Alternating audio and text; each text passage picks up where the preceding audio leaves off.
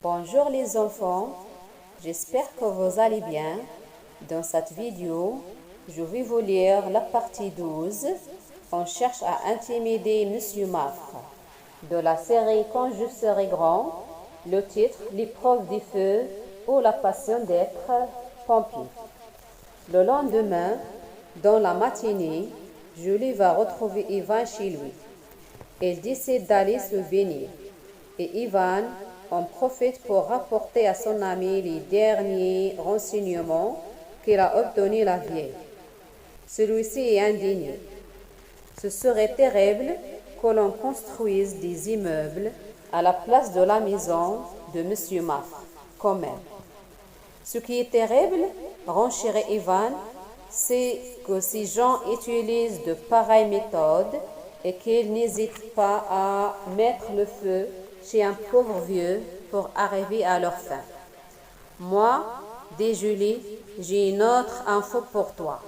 Une information de premier ordre. C'est mon oncle Henry qui l'a donnée à mon père. Après l'incendie, les traces que les pompiers ont trouvées prouvent bien que le feu a été mis volontairement. Ils en découvrent des restes calcinés de bouteilles d'alcool à brûler. Et les ont trouvés dans la pinède qui a été détruite. Il y a même un pompier qui a dit qu'il avait senti comme une odeur bizarre qui lui rappelait celle qui se dégage quand il allume son barbecue. Ce qu'il faudrait savoir, réfléchit Ivan à voix haute, c'est quand précisément ils ont prévu de commencer leurs travaux. Parce qu'en fonction de ça, je suis sûre qu'ils vont revenir faire des propositions à M. Mafre.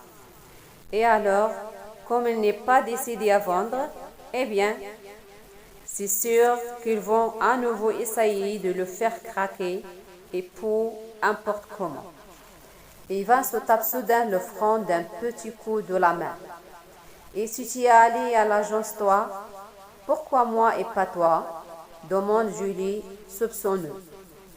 Parce que moi, ils me connaissent, les deux bons hommes.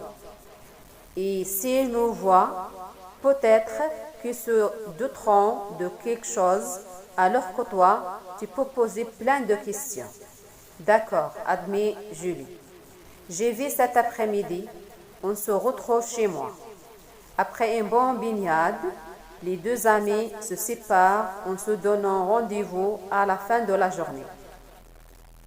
Ivan rentre chez lui et apprend par sa mère que M. Mafre est reparti à sa villa pour tenter de reconstruire ce qui a été détruit. Ivan avale rapidement son déjeuner et file chez leur vieil ami pour lui donner un coup de main. En arrivant chez lui, il aperçoit avec angoisse la voiture des deux hommes garée devant la cour. En s'approchant avec précaution, il parvient à distinguer par une fenêtre ouverte des bribes de conversation. Il reste un œil à un coin du carreau et voit M. Mafre assis dans un fauteuil, l'air très en colère.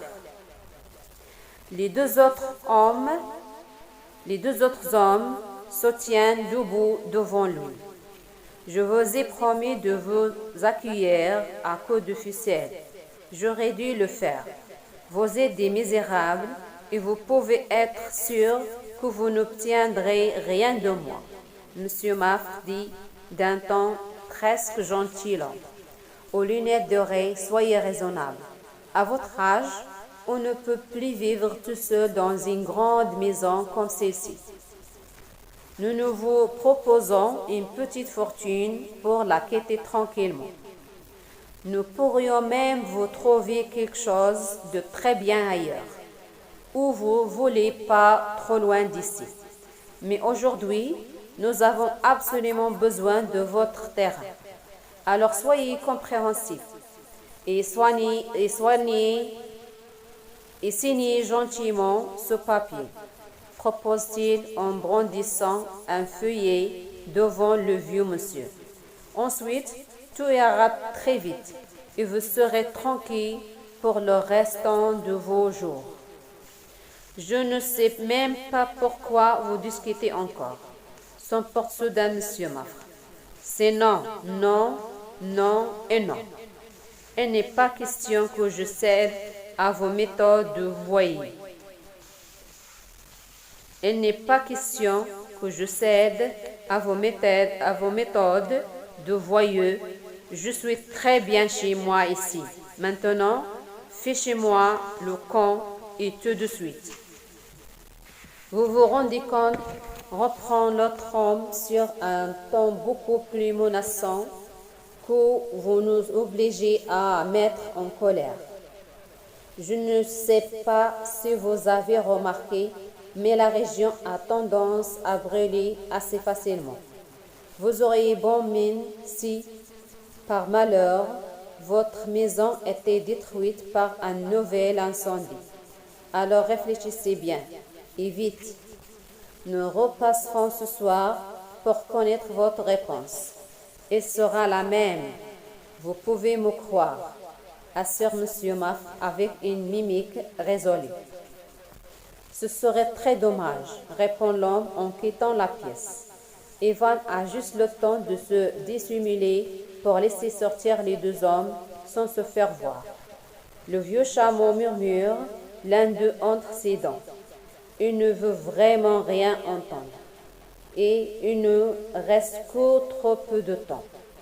Il faut le laisser mijoter un peu. Je t'assure qu'il va craquer, dit l'autre.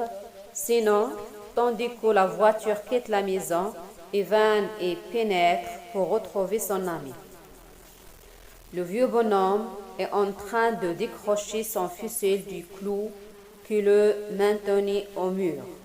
Ah, tu es là, Ivan, lance-t-il tout en fouillant dans un tiroir. Oui, et j'ai tout entendu. Ah, les voilà, enchaîne M. Maf en extrayant de son meuble quelques cartouches de gros calibre. S'il revient, ils vont avoir affaire à moi. Tu peux me croire. Elle casse le fusil et le charge de deux cartouches.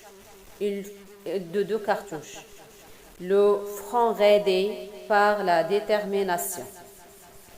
Monsieur Maf, ton père Ivan, un peu inquiet de constater que la situation devient grave. Calmez-vous. Vous devriez revenir chez nous et y rester. Vous seriez tranquille. S'il revient ce soir, ils ne vous trouveront pas. Et alors, ils reviendront peut-être une autre fois. J'ai l'impression qu'ils sont pressés, alors c'est toujours un peu de temps de gagner. Vous ne croyez pas? Elle réfléchit un moment, le front plissé caressant son fusil du bout du doigt. Tu as raison, finit-il par lâcher. De toute façon, je suis incapable de tirer avec ça. Très bien, le félicite Ivan. Fermez votre maison et allez chez nous. Moi, j'ai un truc à faire.